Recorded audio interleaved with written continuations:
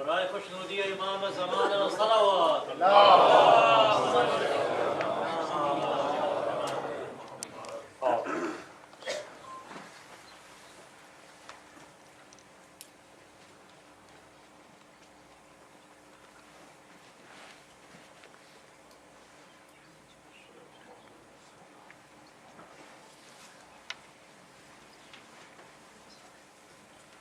أعوذ بالله السميع العليم من الشيطان اللعين الرجيم بسم الله الرحمن الرحيم وبه نستعين وهو المعين الحمد لله رب العالمين والعاقبة للمتقين والجنة للموحدين والنار للملحدين والمنكرين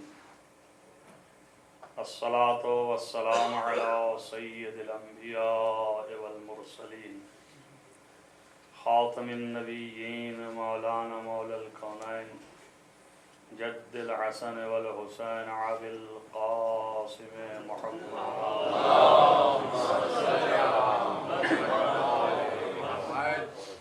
لا سيما على عين عمه ووزيره ووسيله وخليفته مطلوب كل طالب غالب كل غالب مولانا علي بن أبي طالب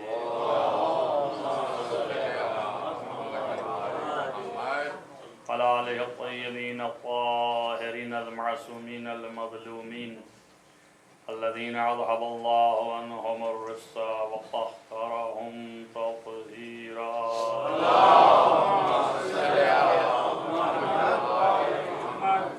ولعنة الله على أعدائهم أجمعين من يؤمن هذا إلى قيام يوم الدين أما بعد فقد قال الله سبحانه وتعالى في كتابه الحكيم بسم الله الرحمن الرحيم يا أيها الناس اعبدوا ربكم الذي خلقكم والذين من قبلكم لعلكم تتقون صلوات محمد وآل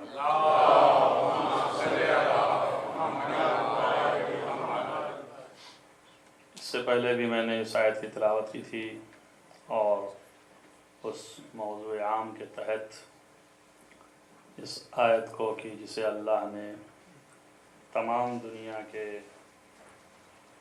انسانوں کو خطاب کر کے یہ کہا ہے کہ اے دنیا کے لوگوں اپنے پروردگار کی عبادت کرو اور اس پروردگار کی عبادت کرو کہ جس نے تمہیں پیدا کیا اور نہ تنہا تم کو پیدا کیا ہے بلکہ تم سے پہلے جتنے انسان پیدا ہوئے ہیں سب کو اسی نے خلق کیا ہے۔ عبادت کرو تاکہ اللہ کی نافرمانیوں سے ڈرنے لگو۔ میں نے ابتدائے کلام میں اول روز یہ بیان کیا تھا کہ اللہ نے در حقیقت موضوع یہ تھا کہ انسان کی جسمانی اور روحانی مشکلات کا حل کیا ہے اسلام کی نظر میں۔ تو میں نے یہ عرض کیا اس آیت نے یہ بتایا کہ اولین علاج اور دوا ان تمام مشکلوں کی جو ہے وہ یہ ہے کہ انسان اللہ کو بھول گیا ہے۔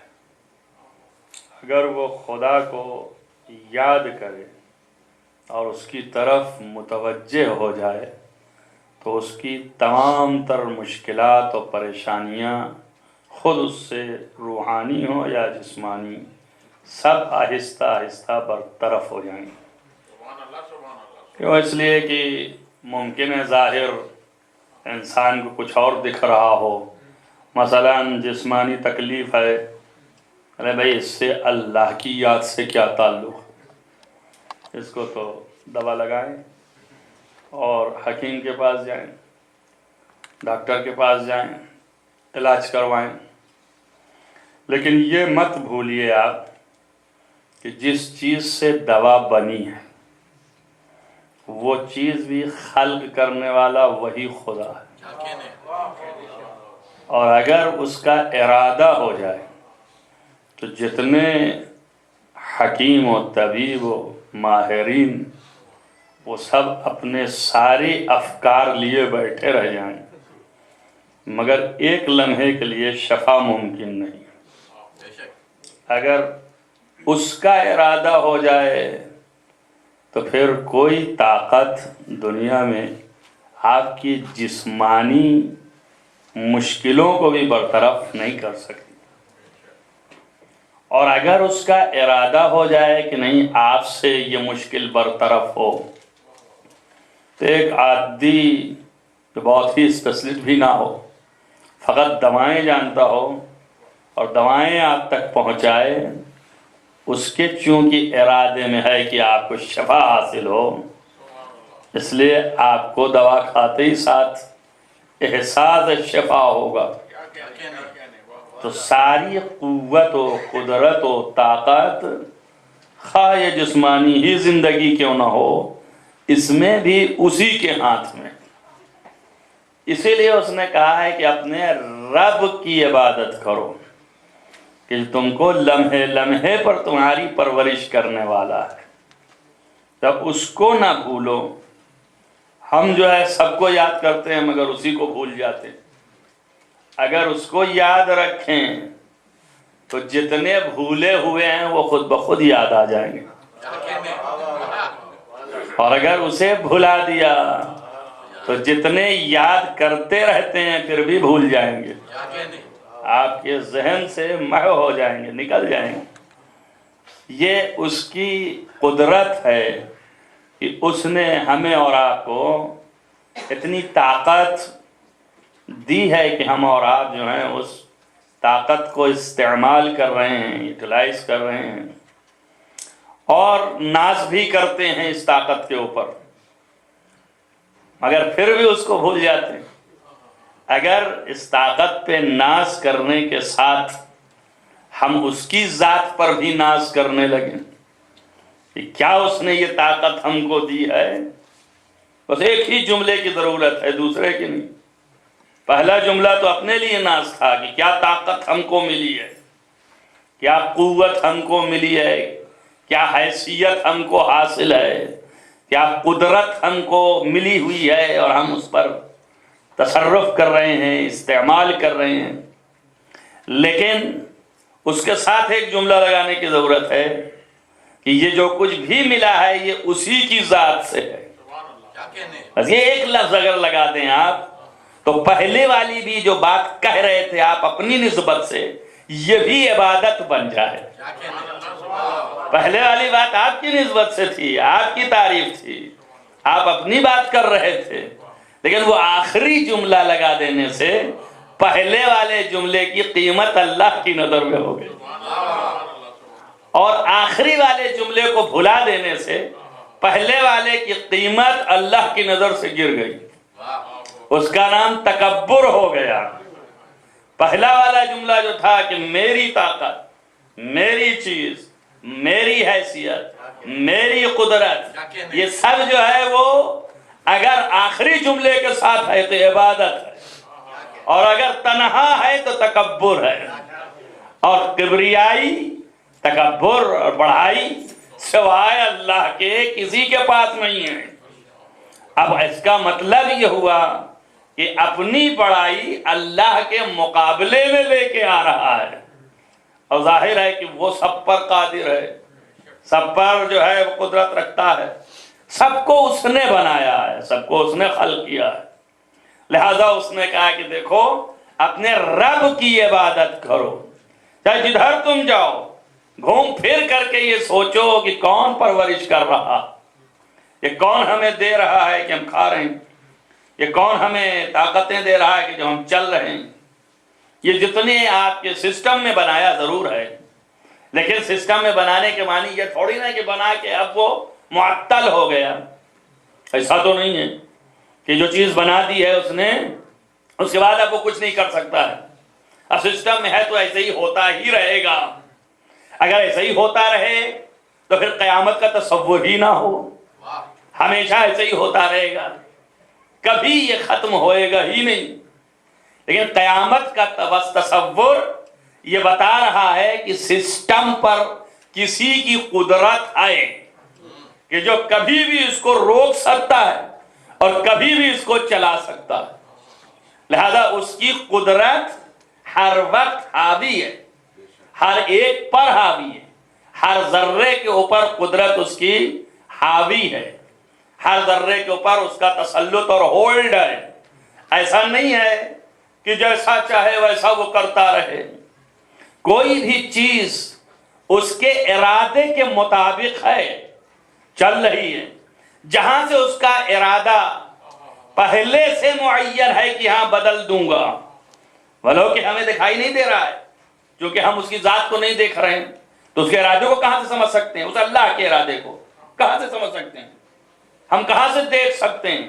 لیکن اس کے ارادے میں ہے، فرض کیجئے میں مثال دے رہا ہوں کہ ارادے میں اس کے ہے کہ یہ ایسا ہی رواں دواں رہے یہ نظام عالم، اور ساتھ میں یہ بھی ہے کہ فلاں موقع پر اس کو میں اتنی دیر کے لیے روکوں گا، تو وہ تو مجھے نہیں دکھائی دے رہا ہے۔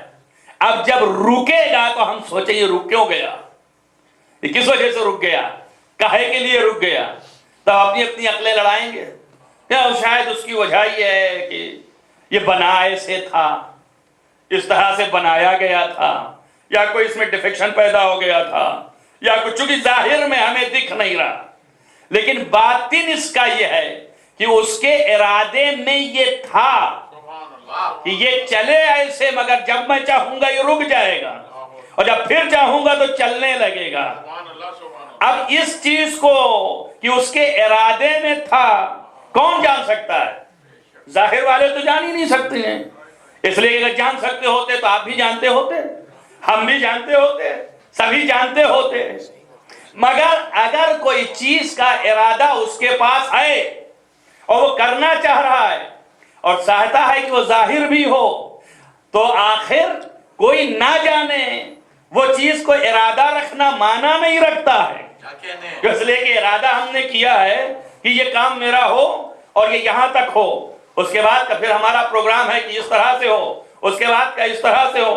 تو کوئی ایسا تو ہو کہ ہمارے ان ارادوں کی ٹیکنیکل چیزوں کو جانتا ہو اور اس میں اتنی صلاحیت ہو کہ وہ سمجھ سکے کہ کیا وجہ تھی کہ اتنی دیر کے لیے تھا، اور کیا وجہ ہے کہ اب اتنی دیر کے بعد اتنی دیر کے لیے ہے، اور پھر اتنی دیر کے بعد اتنی دیر کے لیے۔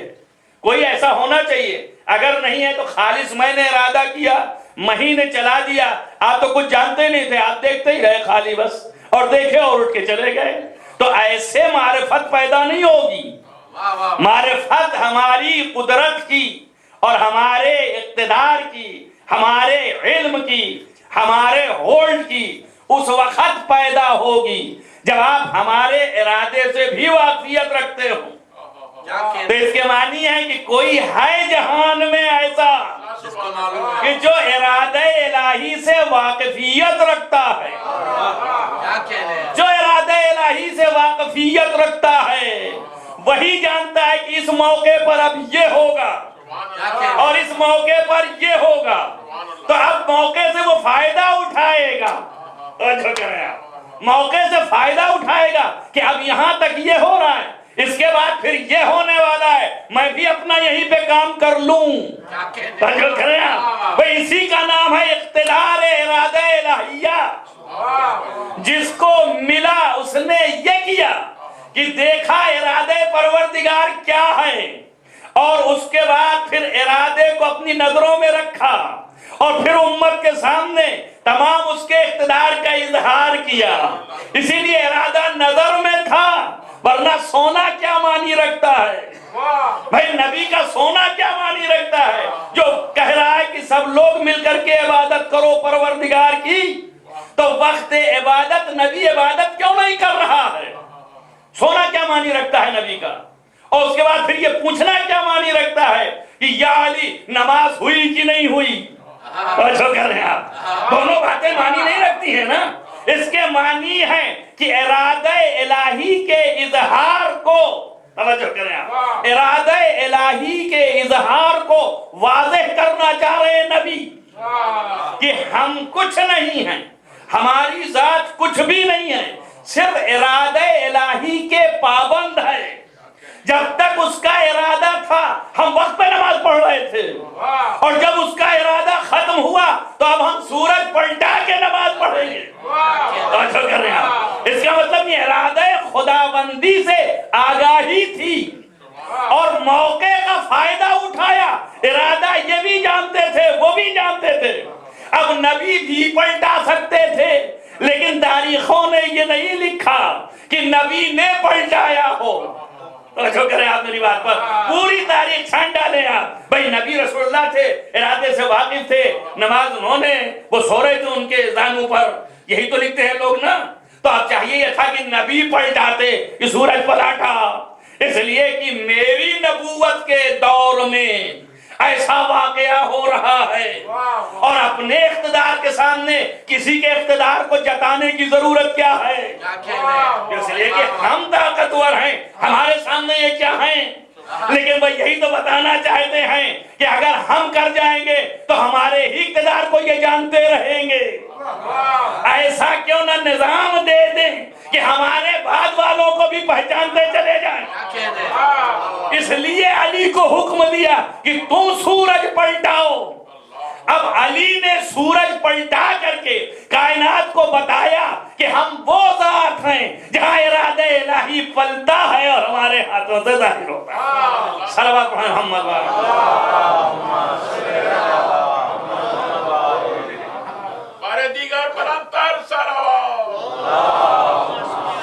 دیکھیں, یہ عین عبادت ہے. عین عبادت کیوں کہا میں نے؟ بات اصل یہ ہے کہ عبادت کے معنی کیا ہیں, پہلے اس کو سمجھیں. عبادت کہتے کس کو ہیں؟ عبادت آپ دیکھیں جتنے احکام زندگی میں ہیں وہ سب مختلف قسم کے ہیں. ہم جو ہے سامان خریدتے ہیں, سامان بیچتے ہیں, یہ بھی ایک حکم ہے اس کے لیے شریعت میں, یہ بھی ایک طریقہ زندگی ہے. ہم چیز کو خریدنے جائیں گے تو اس کا بھی ایک طریقہ شریعت نے بتایا ہے کہ جب خریدنا تو دیکھنا طرف جو ہے وہ راضی ہے اس خرید سے کہ نہیں. اگر وہ راضی نہیں ہے تو سامان ایسے ہی لے کے نہیں چلے آنا. قیمت بھی اس کی برابر ہونی چاہیے جتنا سامان ہے. ایسا نہ ہو کہ سامان زیادہ لے لیا آپ نے, قیمت کم دے دیا آپ نے, قیمت آپ نے زیادہ دے دیا, طرف نے قیمت زیادہ لے لیا, آپ سامان کم لے کے آئے ہیں تو اس کا بیچنا بھی درست نہیں ہے. وہ بھی یہ دیکھے کہ یہ راضی ہے کہ نہیں راضی ہے. تب قرآن نے اس کا بھی حکم سنایا کہ لا تأکلوا اموالکم بینکم بالباطل, اپنے اموال کو باطل نہ کھاؤ, رضایت دیکھو. بس یہ روزمرہ کی زندگی کا حصہ ہے نا. بس جہاں یہ تولنے لگیں کہ یہ راضی ہے کہ نہیں, دیکھیے خدا کی بات نہیں ہو رہی, رضایت بندے کی بات ہے کہ یہ بندہ راضی ہے یا راضی نہیں ہے. خالص اتنا اگر دیکھ لیا رضایت کو تو یہ بھی اللہ کی نظر میں عبادت ہے. جو کریں آپ تو بس عبادت کا معنی تنہا یہ نہیں ہے کہ صرف اللہ ہی کے سامنے جھکنے کا نام عبادت ہے, بلکہ اس کے قانون کے سامنے جھکنے کا نام عبادت ہے. اس کے قانون کے سامنے آپ جھکیں. لہذا آپ کی روزمرہ کی زندگی میں یہ ہے, کوئی کسی کا سامان اٹھا لیتا ہے اور لے جا کے رکھ لیتا ہے اور پھر اس کو استعمال کرتا ہے, تو ادھر سے حکم ہے کہ قانون کے خلاف ہے, الہی قانون کے, دنیاوی قانون کے بھی خلاف ہے. عقلاء عالم بھی اس کو اچھا نہیں جانتے ہیں. کیوں؟ اس لیے کہ یہ مال غیر ہے. جب تک کہ اس غیر کی اجازت نہ ہو جائے اس وقت تک اس پر تصرف کرنا درست نہیں ہے. بس خالص اس چیز کو کہ اجازت غیر کی مل جائے اور رضایت حاصل ہو جائے, اس کا احترام کر لینا اور خیال دل میں لانا عبادت ہے. یعنی اللہ نے اسے بھی عبادت قرار دیا. یہاں تک کہ اگر کوئی شخص جو ہے وہ کسی کے ساتھ تجاوز کرے اور اس کے بعد تجاوز کرنے کے بعد پھر وہ سوچے کہ میں نے غلط کر دیا, قتل کر دیا یا چوٹ پہنچا دی یا ضرب و شتم کر دیا, اس کے بعد احساس ہوا کہ یہ غلط ہوا, یہ غلطی مجھ سے ہے, تو پھر اس کے بعد اللہ نے قانون بنایا کہ اگر اتنا مارا تو اس کا بدلہ یہ ہے, اگر اتنا مارا تو اس کا بدلہ یہ ہے. اگر قتل کیا تو اس کا بدل یہ ہے، وہ احساس کر کے اس کے سامنے آ جائے اور کہے کہ یہ خطا ہم سے ہوئی، آپ کو حق کے بدلہ ہے، لے لیجئے۔ اور خالی یہ احساس دل میں آ جانا عبادت، اللہ نے کہا یہ بھی عبادت ہے، لیکن سب عبادت بنتی جا رہی ہے۔ جو روزمرہ کی زندگی تھی آپ کی، وہی زندگی آپ کی عبادت بنتی جا رہی ہے۔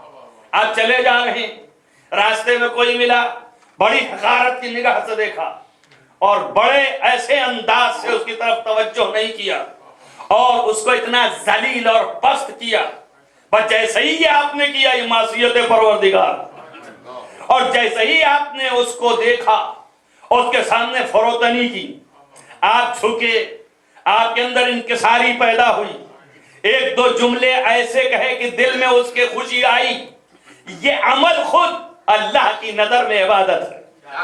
کیوں عبادت قرار دیا اس نے؟ اس لیے کہ آپ نے اس کے مخلوق کا بھرپور خیال رکھا اور اس کی عزت کی۔ مخلوق کی عزت خالق کی عزت ہے۔ آپ نے ایک چیز جو کہ اللہ نے بنایا ہے وہاں پر آ کر کے اس کی عزت کی، اس کا احترام کیا، اس کے احترام کے قائل ہوئے۔ کس نسبت سے؟ اس نے کہا میری بنائی ہوئی چیز تھی، تم نے کیوں دیکھا؟ بیچارہ لنگڑا تھا، بس دیکھا اور ناخن کر لیا۔ اور ایسے بھی ہوئے، اس کے کیا معنی ہوئے؟ یعنی اس سے آپ نے کراہیت نہیں کی بلکہ اس خالق کی طرف بات چلی گئی۔ بھئی اس کو اللہ نے ایسا بنایا تھا، وہ اس کی مصلحتیں ہیں کہ اس نے ایسا بنایا، یہ وہ جانتا ہے کہ کیوں بنایا ہے، اور اس کا اجر بھی اسے دینے والا ہے۔ جسے تم پست سمجھ رہے ہو وہ اللہ کے نزدیک اعلیٰ ہے، تو وہ کہہ رہا ہے کہ پست کیوں سمجھ رہے ہو، تمہیں حق کیوں ہے؟ لیکن جہاں تم نے اس کو وہ اہمیت دیا اور اس کو اس درجے پر لے آئے، وہاں وہ عبادت بنتی چلی گئی۔ دیکھیں سب عبادت ہے، اور اس میں ایک پارٹس جو ہے وہ یہ ہے کہ صرف اللہ سے اور آپ کا رابطہ ہے۔ اس میں ایک حصہ یہ ہے کہ صرف اللہ سے اور آپ کا رابطہ ہے، بیچ میں مخلوقات نہیں ہے، اور وہ ہے یہ کہ اس نے جو حکم دیا ہے اس کو بجا لاؤ، اور وہ ہے نماز۔ مثلا اولین و اعلیٰ ترین عبادت جو بندے اور خدا کے درمیان ہے وہ اول عبادت نماز ہے۔ یہاں پر کوئی بندہ نہیں ہے، صرف اللہ ہے، اور یہ بندہ یہ بھی عبادت ہے۔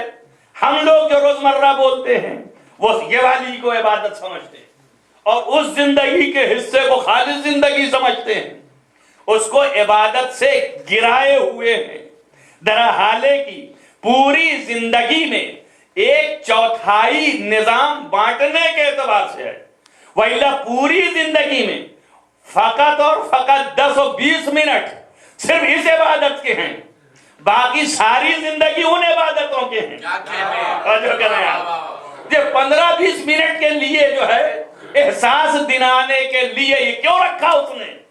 یہ 15-20 منٹ جو ہے یہ ایک ایسی چیز ہے کہ اس کے طرف متوجہ کرانے کے لیے پوری زندگی کے عمل کو عبادت قرار دیا کہ اگر انسان پوری زندگی میں خدا کی طرف متوجہ رہے گا تو جب وہ مصلی عبادت پر آئے گا تو اب اس کی حیثیت کچھ اور ہوگی، اس لیے کہ وہاں پر بھی متوجہ تھا، وہ اللہ کی راہ میں قدم اٹھایا ہوا تھا، یہاں پر بھی اللہ کی راہ میں قدم اٹھایا تھا، یہاں پر بھی اللہ کی راہ میں قدم اٹھایا تھا، تو اب خود ہی سوچنے پہ مجبور ہوگا کہ وہ سارے مقامات تو دوسرے تھے، اب یہاں خاص طریقے سے کھڑے ہیں، کا کیا مطلب ہے؟ یہ کھڑا کیوں کرایا جا رہا ہے؟ یہ کیوں لایا جا رہا ہے؟ کہ بابا اس لیے لا رہے ہیں کہ جو تم نے پوری زندگی میں ابھی تک جو ایک دن کی زندگی ملی تھی اس میں اتنی دیر تک جتنے اعمال کیے تھے اب اس کو بارگاہ خداوندی میں کھڑے ہو کے حساب دو۔ توجہ کر رہے ہیں آپ؟ تو اگر توجہ رہے گی خدا کی طرف تو یہ حساب دیتے وقت بھی احساس ہوگا کہ ہم کس کے سامنے کھڑے ہیں، کس کے سامنے آئے ہیں، کس کے پاس آئے ہیں، کہاں پہ ہم کھڑے ہیں۔ آپ دیکھیے اپنی آتی زندگی میں کوئی بہت بڑی شخصیت ہوتی ہے کہ جس کے سامنے آپ جاتے ہیں تو کتنا جلدی بھول جاتے ہیں، ہاتھ سے رومال بھی گر جاتا ہے، قلم ادھر چھٹ گیا، اور اس کے بعد ردا بھی نیچے چلی جا رہی، حالت پستی کی ہو رہی ہے۔ ارے بھائی کاہے کو ڈر رہے ہو؟ کہ وہ بہت بڑی شخصیت تھی اور کانپ رہے ہیں آپ، ایسے کانپ رہے ہیں ایسے لگتا ہے کہ کچھ وہ مار ہی دینے والا ہے۔ درحال ایک نہ مارنے والا ہے، نہ آپ کو ڈرا رہا ہے، نہ آپ کو کوئی سزا دینے والا ہے، لیکن چونکہ اس کی شخصیت اتنی بلند ہے تو یہ کیفیت طاری ہوتی ہے نہ لوگوں کے اوپر. بھائی یہ کیفیت جس کے اندر طاری ہونے لگے، جب مصلی کے پاس جائے تو سمجھ لے اب خدا کو سمجھ گیا ہے کہ خدا کیا. سمجھ کیا آپ نے؟ تب سمجھ میں آئے گا کہ خدا کیا ہے. اب وہ سمجھنے لگا ہے کہ خدا کیا ہے. اسی لیے جیسے ہی وضو کے لیے پانی لیا، چہرے کا رنگ متغیر ہو گیا. جیسے ہی وضو کر کے کھڑے ہوئے، رنگ چہرے کا زرد پڑ گیا. پوچھا یا سید الساجدین، آپ کا یہ چہرہ کیوں ایسے ہو گیا؟ کیا کروں، ایسے بادشاہ کے سامنے جاننے والا کہ جو کل کائنات کا خالق ہے اور اس کے سامنے حاضر ہونا ہے. امام حسن علیہ السلام جیسے ہی مصلی پہ آئے، چہرے کا رنگ سرخ پڑ گیا اور اس طرح چیخ نکلنے لگی کہ جیسے کوئی ایک ایسے بادشاہ کے سامنے ہے کہ صرف عفو طلب کر رہا ہے کہ میری غلطیوں کو معاف کرنا. یہ عبادت کا ذوق پیدا ہوا روزمرہ کی زندگی میں خیال خدا کی وجہ سے، کیونکہ ہر وقت خدا نظروں کے سامنے تھا اور اس وقت ہم خدا کے سامنے کھڑے ہیں اپنے ان تمام اعمال کی تمام تر کوتاہیوں کو لے کر کے، اور اب اس کے سامنے آئے ہیں. حضرت ابراہیم علیہ السلام جب کھڑے ہوتے تھے نماز کے لیے تو ایک مرتبہ کھڑے ہونے میں کئی مرتبہ زمین پر گر پڑتے تھے اور ان کے راشا چھا جاتا تھا، بدن کانپنے لگتا تھا. کیوں؟ اس لیے کہ خدا جو ہے اس کی بارگاہ میں آئے ہیں، وہ اعلیٰ سلطنت والا ہے، اس کے سامنے قیام نہیں کر سکتے ہیں باوجود کہ خدا کے دوست تھے. مسئلہ یہ ہے خلیل الہی تھے. خلیل اللہ دوست کو کہتے ہیں. ایک دوست ہونے کے باوجود خدا کے سامنے کیسے کھڑے ہیں؟ امیر المومنین علی ابن ابی طالب علیہ السلام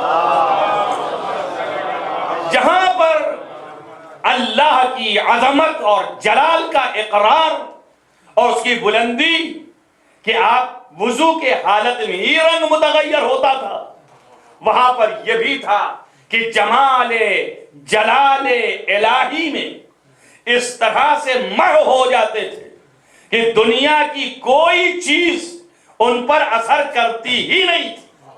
آپ بتائیے یہ عظیم بات نہیں ہے؟ روایات آپ سنتے رہتے ہیں اور روایات میں آیا کہ حضرت سیدہ سلام اللہ علیہا کسی جنگ میں امیر المومنین علیہ السلام کے پاؤں میں تیر لگ گیا تھا اور اس کو نکالنے کے لیے لوگ پریشان تھے مگر نکال نہیں سکتے تھے درد کی وجہ سے. آپ نکالنے نہیں دیتے تھے اور جو لوگ قریب آتے تھے دور ہٹا دیتے تھے. بہت شدید درد ہے، اسے کھینچ نہیں سکتے. وہ جو کہ شجاع کائنات ہے، اس کا کوئی بدل و مثیل نہیں ہے، وہ کہہ رہا ہے درد اس قدر ہے کہ آپ نکال نہیں سکتے. حضرت سیدہ سلام اللہ علیہ نے فرمایا کہ جب حالت نماز میں ہوں تو اس کو نکال لینا. وہ حالت نماز میں کیا درد نہیں ہوگا؟ آپ کے اگر چاقو لگایا جائے حالت نماز میں تو کیا آپ کو درد نہیں ہوگا؟ لیکن دیکھیں یہیں پر ہے جب انسان اپنے کو بھول جائے گا تب درد نہیں ہوگا، تب اسے پتہ نہیں چلے گا. اور مثال اس کی ہے قرآن میں. دیکھیے جناب یوسف اور زلیخا کے باب میں یہ لکھا ہے کہ جب عورتوں نے لعنت کرنا شروع کیا، زلیخا کو تم نے یہ حرکت غلط کی، تو اس نے کہا ٹھیک ہے، سب کے ہاتھ میں چاقو دیا اور وہ لیمو دیے اور یوسف کو وہاں سے گزارا. سب یوسف کو ہماتن دیکھ رہے تھے اور لیمو کاٹتے میں اپنا ہاتھ کاٹ گئے اور کسی ایک عورت کو اندازہ نہیں ہوا کہ اس کا ہاتھ کٹ گیا. یعنی یہ ظاہری جمال میں اس قدر محو ہو گئے کہ اپنے کو بھول گئے، اپنا درد بھی بھول گئے. وہ علی میں اور ہم میں یہی فرق ہے، وہ باطنی جمال خدا کو دیکھ کے محو ہو جاتے تھے اور ایسے ہی محو ہو جاتے تھے کہ دنیا کی کوئی چیز اثر نہیں کرتی تھی. لہذا یہ تیر بھی نکل جاتا تھا. نماز وہ بارگاہ ہے عبادت وہ چیز ہے، اور دیکھیں عبادت یہ والی چیز جو ہے، یہ عبادت جس کو عبادت ہم لوگ کہتے ہیں نماز اور روزہ، ورنہ زندگی کا ہر گوشہ عبادت ہے، یہ والا ہے جو عبادت کا حصہ ہے، اس میں ایک ایسی قرب کی کیفیت خابیدہ ہے کہ جو اللہ نے اپنے سے نزدیک کرنے کے لیے اس کو فرض کیا ہوا ہے۔ یعنی قرب، دو طرح کی نمازیں ہیں، ایک نماز وہ ہے جو ہم لوگ پڑھا کرتے ہیں، یعنی یہ کہ سورت ادا کرتے ہیں، اس کے اور تو کچھ نہیں ہے، جھکنا اٹھنا بیٹھنا چیخنا چلانا، اور بہت سے ایسے بھی ہیں مسئلے انہوں نے کہا بھی ہے کیا ہے بھائی، کون سا طریقہ ہے کہ آپ مسجد میں چیختے ہیں خواہ مخواہ؟ کیا اللہ بہرا تھوڑی ہوا ہے؟ اللہ کیا سن نہیں رہا ہے؟ آپ کیوں چیخ رہے ہیں؟ ہے نا، یہ جو ہے ظاہری عبادت ہے جو ہم اور آپ کرتے رہتے ہیں، اس میں قرب نہیں ہے، یہ ظاہری عبادت ہے، اور ایک باطنی عبادت ہے۔ باطنی عبادت یہ ہے جس میں قرب خداوندی حاصل ہوتا ہے۔ ظاہری عبادت میں جو ہے وہ یہ ہے کہ آپ نے یہ صورت انجام دیا تو تارک الصلاۃ کے عقاب سے بچ گئے۔ دیکھیں ان دو لفظوں پر توجہ رکھیے گا، ایک وہ ہوتا ہے جو نماز ترک کرتا ہے، اس کو تارک الصلاۃ کہتے ہیں، نماز کا ترک کرنے والا، تو نماز کا ترک کرنے والے کا عقاب ہوگا، یعنی عذاب، وہ عذاب ہے اپنی جگہ پر۔ اور ایک ہے نماز کا قیام، نماز کا قائم کرنے والا، نماز کے قائم کرنے والے کے لیے ثواب ہے اور قرب خداوندی ہے اور درجات ہیں اللہ کی جانب سے، ان درجوں پر فائز ہوگا۔ تو دو طرح کی نماز ہے، ایک نماز جو ہے وہ تارک صلاۃ کے عذاب و عقاب کو ختم کراتی ہے، اور ایک نماز جو ہے وہ ادا کرنے پر قرب خداوندی عطا کرتی ہے۔ تو ظاہر میں جو یہ ادا ہوتا ہے، یہ ظاہر میں تارک صلاۃ کے عقاب سے آپ بری ہو جاتے ہیں، اس لیے کہ تارک صلاۃ نہیں ہے، آپ نماز پڑھ رہے ہیں، ظاہر میں تو ادا کر ہی رہے نا، تو اس عقاب سے بچ گئے آپ۔ لیکن قرب خداوندی ایسے نہیں پیدا ہوگی، قرب خداوندی اس وقت پیدا ہوگی جب معرفت خداوندی آ جائے، جب دل میں خدا کی عظمت بیٹھ جائے، جب آپ کے اور ہمارے درمیان وہ کیفیت چھا جائے، تب یہ عبادت کا سلسلہ شروع ہوتا۔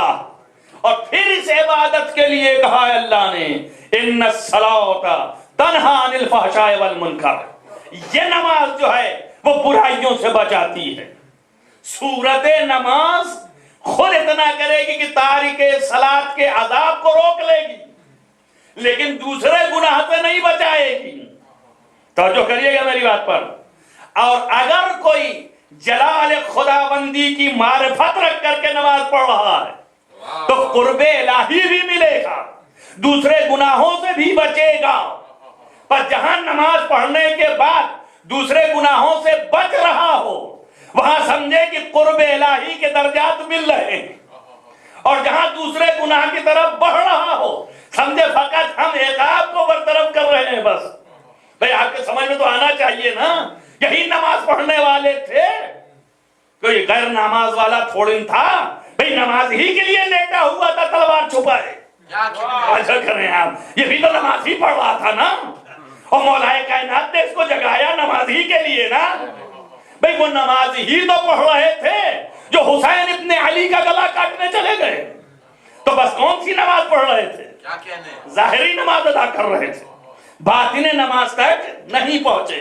حقیقت نماز ہے کیا؟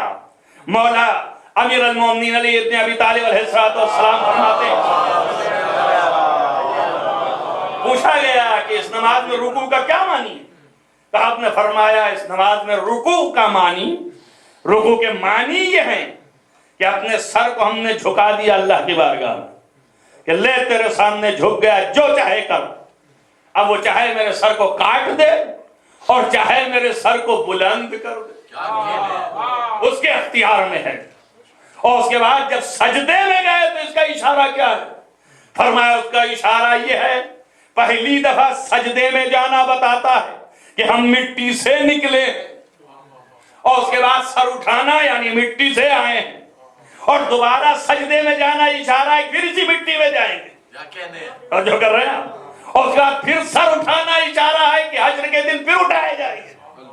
تو ایک نماز میں اپنی خلقت، اپنی موت اور آخرت کا تصور موجود ہے، اور جو کہ مولا فرما رہے ہیں اس طریقے سے ہے۔ اور بھی فلسفے ہیں، پیغمبر کہتے ہیں اگر کوئی شخص وہ عبادت جو کہ اللہ کی خالص ہے، اخلاص کے ساتھ، خشوع کے ساتھ، یعنی صرف ہم اور اللہ، بیچ میں کوئی نہ آئے، اس کیفیت کے ساتھ ہو، تو وہ ایک رکعت نماز ایسی ہے کہ گویا وہ اپنی ماں کے پیٹ سے ابھی نکلا ہے، تو کوئی گناہ لاحق نہیں۔ وہ ایک رکعت کا عالم یہ ہے کہ وہ پھر سے متولد ہوا، تو جتنا کیا تھا وہ سب ختم ہو گیا۔ بارگاہ عزتی میں ہوا میں ملک معلق جیسے ہی کھڑا ہوا اور اللہ اکبر کہا اس نے، ویسے ہی ملک پیچھے آ گئے، ہوا میں معلق، وہ بھی اقتدا کر رہے ہیں۔ ہر مصلی کے لیے ہے، کوئی شرط نہیں ہے امام غیر امام، سب کے لیے ہے۔ وہ ملک ساتھ میں اس کی اقتدا کر رہا ہے، جیسے وہ رکوع ویسے یہ رکوع، جیسے وہ سجدہ ویسے یہ سجدہ۔ ملک کیوں کر رہا ہے یہ؟ ہمارے عمل کی تصدیق کے لیے۔ حشر میں جب کھڑے ہوں گے تو یہ کہنے کے لیے کہ ہاں اس نے نماز پڑھی تھی، اس لیے کہ اس کے پیچھے میں بھی اس کی اقتدا کیے ہوئے تھا۔ یہ عظمت خداوندی ہے کہ اس نے اتنا بڑا احترام کیا ہمارے لیے۔ عزیزان گرامی، ایک نماز حشر کی یاد دلاتی ہے۔ روایات کے آئینے میں علماء کا بیان، عرفاء کا بیان یہ ہے کہ آپ دیکھیں کہ نماز کیا ہے۔ یہ گنہگار جب گناہ کی حالت میں ڈوبا ہوتا ہے تو بارگاہ خداوندی میں آتا ہے، اور آنے کے بعد چیختا اور چلاتا ہے اور کہتا ہے اس بادشاہ کے سامنے آیا ہوں کہ جس کے سامنے کائنات کا ہر ذرہ تھرا رہا، اور جب وہاں حاضر ہوا تو اب ظاہر ہے کہ جانتا ہے، اپنی حقیقت ہر فرد جانتی ہے کہ ہم کیا ہیں، ہمارے دل میں کیا ہے، ہمارا کردار کیا ہے، ہمارے اطوار کیا ہیں، ہمارے رفتار کیا ہیں۔ ہر نفس کو یہ معلوم ہے، چونکہ ہر شخص کو یہ معلوم ہے، لہذا ہر شخص یہ سوچ کے آتا ہے کہ ہم تو خالی ہاتھ کھڑے ہیں، اللہ کی بارگاہ میں ہیں، کچھ بھی نہیں لے کے آئے ساتھ میں۔ تو اب کیا کرتا ہے عام انسان؟ کیا کرتا ہے جب کسی کے پاس کسی مطلب سے جاتا ہے، کسی کام کے لیے جاتا ہے، جو کام بہت اعلیٰ ہو، امر مہم ہو، اور اسے کروانا ہو اس آدمی سے، تو پہلے کیا کرتا ہے؟ اس کی پہلے مدح کرتا ہے، تعریف کرتا ہے، ستائش کرتا ہے، قصیدہ پڑھتا ہے۔ تو ویسے ہی جیسے ہی آپ نے تکبیر کہا، ویسے ہی نہتھے چونکہ خدا کے ہاں پہنچے ہوئے ہیں، عمل نیک نہیں ہیں، تو یہیں سے قصیدہ شروع کیا، الحمدللہ رب العالمین، پہلے ہی قصیدہ پڑھنا شروع کر دیا، مالک یوم الدین، ایاک نعبد و ایاک نستعین، بس تو ہی تو ہے اور کوئی بھی نہیں ہے میری نظر میں۔ جب قصیدہ پڑھ کر کے اس منزل تک آئے، آخری منزل تک، اب اس کے بعد دیکھا ابھی بھی پسیج نہیں رہا ہے اور مدعا میرا پورا نہیں ہونے والا، تو سر نے اڑا دیا کہ تیرے ہی اختیار میں ہے، جو چاہے کر لے، چاہے کاٹ دے میری گردن کو، چاہے مجھے سر بلند کر دے میری حیات میں۔ اور جب وہاں سے بھی فارغ ہوئے اور دیکھا ابھی بھی کچھ نہیں ہے، تو سوچا کہ کیا میری بات سنی نہیں کیا اس میں؟ تو پلٹ کے کہا سمع اللہ لمن حمدہ، جو میں نے کہا تو نے سنا ہے، اب تو رحم کر دے۔ اور اگر اس کے بعد بھی جواب نہ آیا تو سر سجدے میں رکھ دیا کہ بتا تیرے آگے میں جھکا ہی نہیں بلکہ سر بھی رکھے ہوئے ہوں، کسی کو اب نہیں مان رہا ہوں سوا تیرے۔ اب اس کے بعد جب سر اٹھایا تو خدا نے کہا یہ گناہ کیوں کیا تھا؟ تو پلٹ کے کہا استغفر اللہ ربی واتوب الیہ، بس تیرے علاوہ اور کوئی نہیں ہے معاف کرنے والا، اور پھر سر سجدے میں رکھ دیا۔ اب اس کے بعد گڑگڑایا سبحان اللہ سبحان اللہ، یعنی سر سجدے میں رکھ کر کے تعریف کی کہ اب تو سن لے۔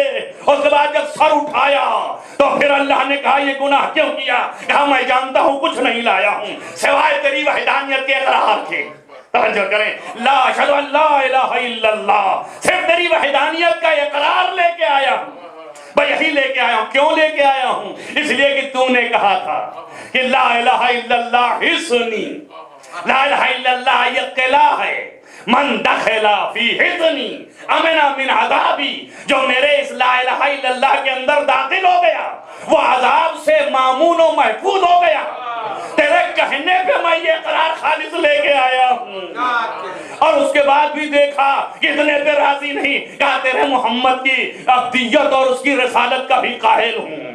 جب یہاں تک بات آئی تو اب کیا کہنا جن کے لیے کائنات بنائی ہے، ان پر لاکھوں درود و سلام ہوں۔ دیکھیں ابھی بھی ہم عاجز نہیں آئے، ابھی بھی گناہ بخشوانے کے لیے ساری باتیں کہہ رہے تھے، لیکن جب یہاں تک پہنچے اس کے بعد بھی اللہ جو ہے ہلا ڈلا نہیں، ہمارے گناہوں کی طرف توجہ نہیں کیا کہ معاف کرتا، تو گھبرا کے ادھر دیکھا کہ اب شفاعت کی ضرورت ہے۔ ایک مرتبہ محمد کی طرف نگاہ کیا، السلام علیکہ ایھا النبی، اب سلام کیا کہ بتائیے آپ مدد کے آئیے گا کام کی نہیں۔ جب انہوں نے دیکھا اور بڑے گھور کے دیکھا تو جتنے انبیاء کھڑے تو ان کو بھی کہا السلام علیکم، اور اس کے بعد آخر میں ان لوگوں کو دیکھا جن پر ان کی بھی نظریں تھیں، ان سے کہا یا عباد اللہ الصالحین، یہ آل محمد تھے کہ جن کی طرف دیکھ کے کہا ابھی ابھی درود آپ کے لیے بھیج کے آئے ہیں، کیا ابھی آپ شفاعت نہ کریں گے؟ تو شکریہ، ایک نماز کے اندر کل محشر خوابیدہ ہے، اور یہیں پر آ کے آل محمد سمجھ میں آتے ہیں کہ بس جیسے ہی کہا کہ السلام علیکہ یا عباد اللہ الصالحین، جیسے ہی ان کو آواز دیا ادھر سے جھومی رحمت، اور اس نے کہا بس بول دے کہ اب میری طرف سے رحمت بھی ہے اور برکت بھی ہے اس کے لیے۔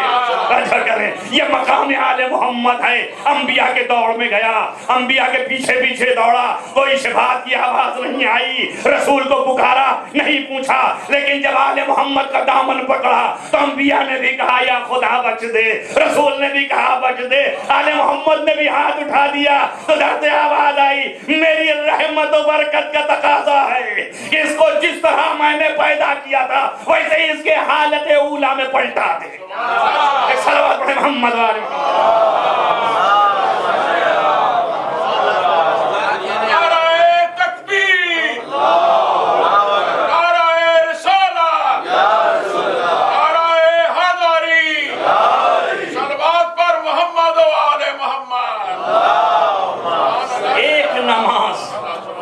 جنہوں نے بتایا ہے۔ اب میرا سوال آپ سے اتنا ہی ہے، یہ ہم کہاں دلائے پیدائشی تو نہیں آیا تھا یہاں یہ جنہوں نے بتایا ہے انہی سے تو لا کے آپ کو سنایا میں، تو وہ تو ان کے حقائق کو جانتے ہیں نا، تو جب وہ بارگاہ خدا میں کھڑے ہوتے ہوں گے تو ان کی کیفیتیں کیا ہوتی ہوں گی؟ جیسے ان کے مقام بڑے بلند ہیں، اب ان کی نظر میں نماز کی اہمیت ہے کہ نہیں؟ عزیزو ابھی تک جو کچھ بیان کیا، میں فقط علی کی اس فضیلت تک لے جانا چاہتا ہوں آپ کو، ابھی تک جو کچھ بیان کیا ہے یہ مقدمہ ہے اس بات کا، تمہید ہے، خالی ذہن میں رکھیے گا۔ اس مقام نماز کی عظمت کو جو آپ تک لے آیا ذہنوں تک، اس کو علی جانتے ہیں نا، ایسی نماز علی کیسے چھوڑیں؟ توجہ کریں آپ، کیا علی کبھی ایسی نماز چھوڑ سکتے ہیں؟ بتائیے مجھے، کیا کبھی علی چھوڑ سکتے ہیں ایسی نماز؟ وہ علی جو اپنے اللہ کے لیے عبادت کرنے کے سرنگوں ہے ہما وقت، وہ کیا نماز کی اتنی عظمت جاننے کے بعد چھوڑ سکتا ہے؟ نہیں چھوڑ سکتا نا، لیکن اس کے باوجود پیغمبر کہہ رہا ہے کہ علی آج کی رات آپ میرے بستر پر لیٹ جائیں۔ ایسا کریں آپ، ایک شب میں علی 1000 رکعت نماز پڑھ رہے ہیں، 1000 رکوع ہو رہے ہیں، 2000 سجدے ہو رہے ہیں میرے دوستوں، اور اس کے بعد محمد کہہ رہے ہیں آج کی رات سو جا۔ علی نے پلٹ کے یہ نہیں کہا کہ یا رسول اللہ سو تو جاؤں لیکن میری نمازیں کیا ہوں گی؟ بڑے نمازی بن رہے ہیں، بھائی نمازی بنو مگر حقیقت نماز کے ساتھ، غیر حقیقت میں نماز کے نمازی بننا کوئی معنی نہیں ہوتا، یہ صورت کا دکھانا ہے، صورت کا دکھانا اور ہے، اور حقیقت عبودیت کا ظاہر کرنا اور۔ صلوات پڑھیں محمد والے۔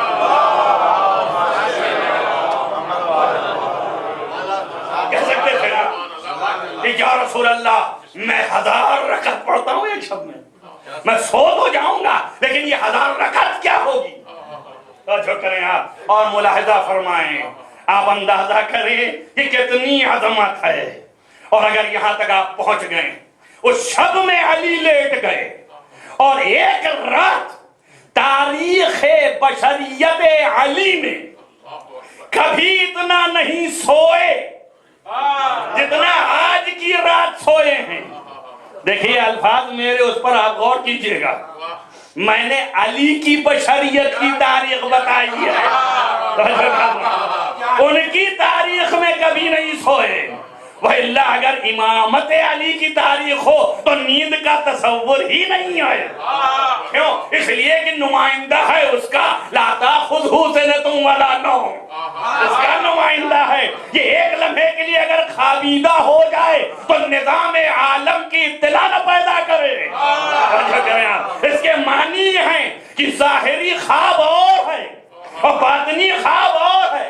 نبی اور امام کو کبھی ظاہری خواب آنے کے باوجود کبھی ایسا نہیں ہوتا کہ کوئی چیز محو ہو جائے. تو ہمیشہ سے یاد ہے، ہمیشہ رہے گی کہ اس لیے کہ حشر میں وہی جو ہے وٹنس ہے، وہی جو ہے گواہ ہے، وہی جو ہے شاہد ہے. بس عزیزو سوچو، ایک رات علی کے لیے کہا تم لیٹ جاؤ میری بستر پر، کہا بالکل لیٹ جاؤں گا. اور یہ نہیں فرمایا کہ میری نمازوں کا کیا ہوگا. بس میں فضیلت تک لے جانا چاہ رہا تھا آپ کو کہ اندازہ کریں یہ 2000 سجدے ہوتے ہیں. ایک رکعت میں 2 سجدہ ہوتا ہے نا، تو 1000 میں 2000 سجدے ہو گئے اور ایک میں ایک رکوع تو ہوتا ہی ہے کم سے. تو 2000 رکوع ہو گئے اور ان کی عظمتوں سے آگاہ ہو گئے آپ کہ ان کی عظمتیں کیا ہیں. تو کم سے کم اب ہم سے نہ پوچھنا کہ نماز افضل ہے کہ محمد و آل محمد افضل ہیں. رسول کہہ رہے ہیں سو جاؤ. کس لیے سو جاؤں؟ اس لیے کہ میری جان بچ جائے. کہہ رہے ہیں آپ، تو اس کا مطلب روح محمد ان نمازوں سے کہیں زیادہ افضل ہے. نہیں ایسے نہیں، ایسے نہیں، ڈھیلے رہے آپ. اس کا مطلب ڈھیلا ہو جا رہا ہے معاملہ. ایسے نہیں، آپ سمجھے؟ آپ سجدہ وہ بھی آپ کا نہیں، یہ عام سجدہ میں بتا رہا تھا. یہ سجدہ نہیں، علی کا سجدہ. توجہ کریں آپ، علی کے سجدے میں کیا سرخاب کے پر ٹنگے ہیں. اب وہ تو نبی سے پوچھئے. نبی نے فرمایا ضربت علی یوم الخندق افضل من عبادت الثقلین.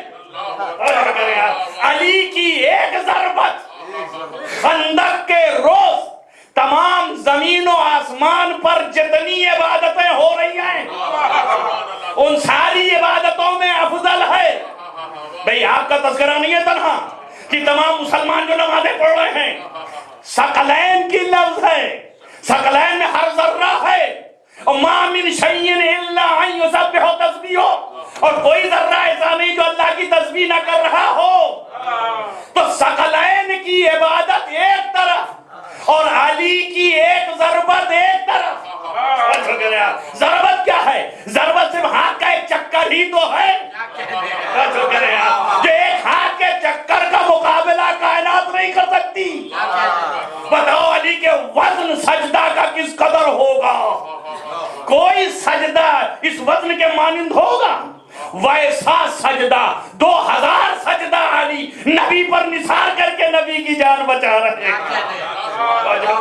اب بتائیں عظمت علی کہاں ہے اور عظمت نبی کدھر ہے اور محمد و آل محمد ان تمام احکام سے کتنا بالا ہے.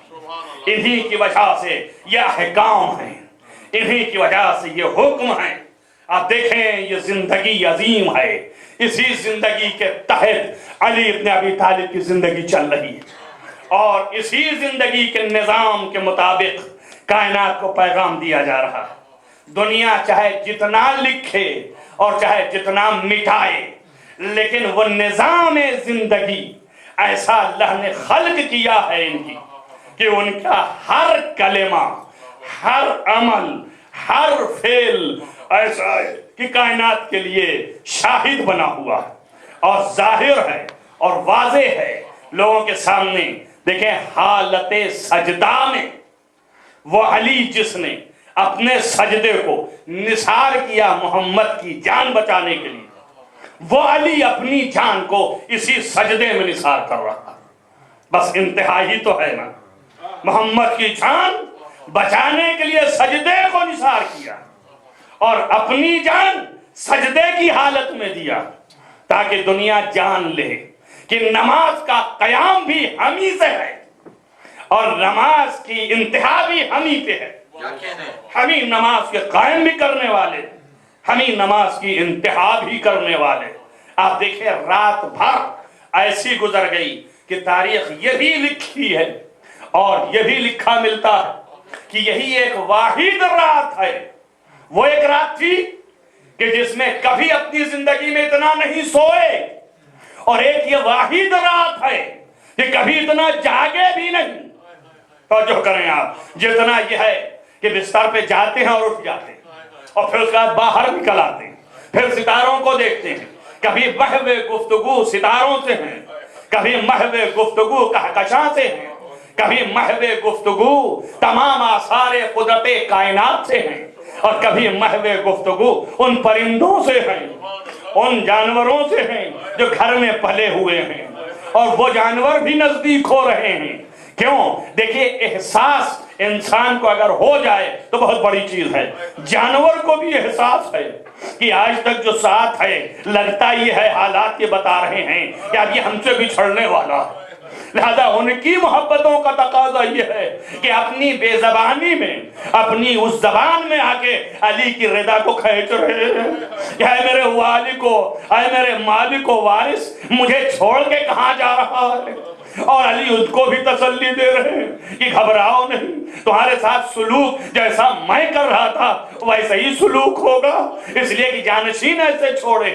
اللہ اکبر، جانوروں کی فطرت میں یہ ہے۔ عزیزو سوچو، جب جانور اتنا گھبرا رہے ہیں کہ ہمارا مالک و وارث آج بے چین نظر آتا ہے، اس کے معنی یہ ہیں کہ آج کے بعد سے شاید ملاقات نہ ہو، تو وہ بچے جو سینے پر پل رہے تھے اور جو وحی کی آغاز سے انتہا تک کا مطالعہ کر رہے تھے، ان کے علم میں تو ہوگا نا کہ میرا بابا کیا کر رہا ہے، آج میرا بابا کس طرح سے ہے، اس لیے بیٹی لے آ رہی ہے، بابا دودھ پی لیجئے، بابا یہ غذا تناول فرمائیے۔ کہا بیٹا کبھی دو نہیں کھایا بلکہ ایک ہی بے اکتفا کیا ہے، نمک اور روٹی بے اکتفا کیا۔ علی ابن ابی طالب نے وہ افطار کائنات کو نمونہ دکھا دیا کر کے کہ کیسے افطار کرتے ہیں۔ بیٹی کے اصرار پر بھی اختیار جو کیا تو اتنا ہی اختیار کیا کہ جتنا صرف علی سمجھ سکتے ہیں کہ زندگی کے لیے ضرورت ہے، بھائی اتنے میں جتنے میں زندہ رہوں گا، اس سے زیادہ نہیں کھا سکتا ہوں۔ عزیزان گرامی، اور اس کے بعد شب کی جب تاریکی چھانے لگی تو علی ابن ابی طالب محو گفتگو الہی ہوئے، مناجات پڑھنے لگے۔ بار الہا، میں کہوں گا مولا یہ اخلاص مجھے اول دن میں دکھا تھا کہ جب غار حرا میں نبی جاتے تھے اور عبادت کیا کرتے تھے تو وہاں پر علی بھی گنگناتے تھے۔ کسی شخص نے پوچھا کہ یا علی کیا عبادت کرتے تھے تو فرمایا میں اپنے خدا کی بارگاہ میں ایک مناجات کرتا تھا کہ معبود تو اپنے اس جانشین کو محفوظ رکھ تاکہ کائنات میں یہ تیرے نام کو پھیلائے۔ اقم صلاۃ، تم نماز کو قائم کرو، لذکر، میرے ذکر کے لیے۔ علی ابن ابی طالب، خاندان علی ابن ابی طالب نے اللہ کے ذکر کو قائم کیا۔ عزیزو وہ کیفیت ہے کہ جب گھر سے نکل رہے ہیں تو ایک جملہ یہ ملا مجھے کہ جا رہے ہیں صبح کے وقت، زینب بھی اپنے مسلح پہ ہیں، ام کلثوم بھی اپنے مسلح پہ ہیں، حسنین بھی اپنی عبادت میں مشغول ہیں، مگر جاتے وقت ایک ہی فقرہ کہا کہ بچوں ہم مسجد تک جا رہے ہیں۔ ظاہر ہے کہ ابھی بچے بھی آئیں گے مسجد، لیکن بیٹیاں نہیں آئیں گی، کیوں یہ کہ ان کی نماز ان کے حجرے میں ہی وہ اعلیٰ درجے کی نماز ہے جو امام کے وقت کے پیچھے پڑھنا ہے۔ حکم یہی ہے کہ یہاں پڑھو، لہذا بیٹیاں وہی ہیں، باپ کو خدا حافظ کہہ دیا، اور یہ معلوم ہے کہ باپ زندہ جا رہا ہے، اور یہ بھی معلوم ہے کہ باپ زندہ آئے گا، لیکن اس کے بعد بھی بے چینی ہے۔ بس میرا دل چاہتا ہے پوچھوں بی بی زینب، آج باپ کو رخصت کر رہی تھی آپ تو آپ میں اتنی بے چینی نظر نہیں آئی، لیکن کل جب عصر عاشور حسین غریب کو رخصت کریں گے۔ عزیزو ایک رخصتی یہاں ہے کہ باپ نے کہا خدا حافظ تو بیٹیوں نے دم در تک کہا کہ خدا حافظ، آگے کچھ نہیں کہا۔ لیکن جب عصر عاشور حسین نے پکارا یا زینب ام کلثوم علیک منی السلام، تو زینب آگے بڑھی، کام آ جائے اپنے گلے کا بٹن کھول دے۔ اللہ اکبر، اندازہ کریں آپ، اور اس وقت کا جو منظر ہے، پوچھا کیا کرو گی؟ کہا ماں نے کہا تھا جب حسین آخری سلام کرے تو میری طرف سے بوسہ لے لینا۔ جزاکم ربکم خیر الجزا۔ عزیز و مولا جاتے ہیں، روایات کے مطابق اس شقیق القلب کو اٹھاتے ہیں کہ جو نماز پڑھنے کے لیے لیٹا ہے، اور پھر اذان فرماتے ہیں، اور جب نماز صبح ادا کر رہے ہیں، روایت مشہور کے مطابق تو نظام عالم میں خلبلی مچی۔ ایک مرتبہ ایک صدا کوفے کی پشت پر آئی، الا قتل الحسین، الا قتل علی ابن ابو طالب، الا قتل امیر المومنین، الا قتل علی ابن ابی طالب، علی ابن ابی طالب قتل کر دیے گئے۔ بھئی یہ آواز جو اٹھی اور زینب کے کان میں پہنچی، پکارا بھیا حسن، دوڑے بچے، آج بچے یتیم ہو رہے ہیں۔ عزیزوں جب دوڑ کے مسجد میں پہنچے تو ایک منظر دیکھا کہ امام وہ وقت محراب میں لیٹا ہے، مٹی اٹھا اٹھا کے رکھ رہا ہے، آواز دے رہا ہے، فزتو برب الکعبہ، رب کعبہ کی قسم میں کامیاب ہو گیا۔ اور بچے ان کو صحیح کیے، اشارہ فرمایا، امام حسن نے نماز تمام کی۔ عزیزو تمام گھیرا لگ گیا۔ بھئی اتنا کہوں گا اصحاب امیر المومنین سے کہ آپ بتائیے، آپ قریب تھے، اپنے مولا کو دیکھ رہے ہو، بات کر رہے ہو، گفتگو کر رہے ہو، اور سب مل کے اٹھا رہے ہو، مدد کر رہے ہو، لیکن ایک غریب ہوگا جو عصر عاشور جب ظالم سینے پہ ہوگا، فنظر یمین و شمالا، کبھی دائیں دیکھا کبھی بائیں دیکھا، ارے کوئی نظر نہ آیا، پکارا اے عباس، دوڑو بھائی تمہارا ذبح ہو رہا ہے۔ ایک بہن ہے، کبھی قلعہ زینبیہ پہ اور کبھی دوڑ کے خیمے میں، آواز آئی الا قتل الحسین، الا ذبح الحسین۔ بچے سے ہی آواز آئی، زینب نے پردہ ہٹایا، اپنے بھتیجے سے کہا اے سید الساجدین اٹھو۔ بس سید الساجدین نے دیکھا تو باپ کا سر نوکے نیزہ پہ تھا، آواز دی السلام علیک یا ابا عبداللہ، السلام علیک یا ابن رسول اللہ، اللہم انی اسألک بحق فاطمة وبعلها وبنيها وسر المستودع فيها ان تصلي على محمد وآله وعلى آله تجو اصحاب محمد وآله وعلى گناہان کبیرہ و صغیرہ عفو فرما، بارے اللہ نیک اعمال کی توفیق نصیب، بارے اللہ اس عبادت کو قبول فرما، بارے اللہ جہاں جہاں محبان آل محمد ان کا حفظ امان میں رکھ، معبود روضہ مقدس کی حفاظت فرما، بارے اللہ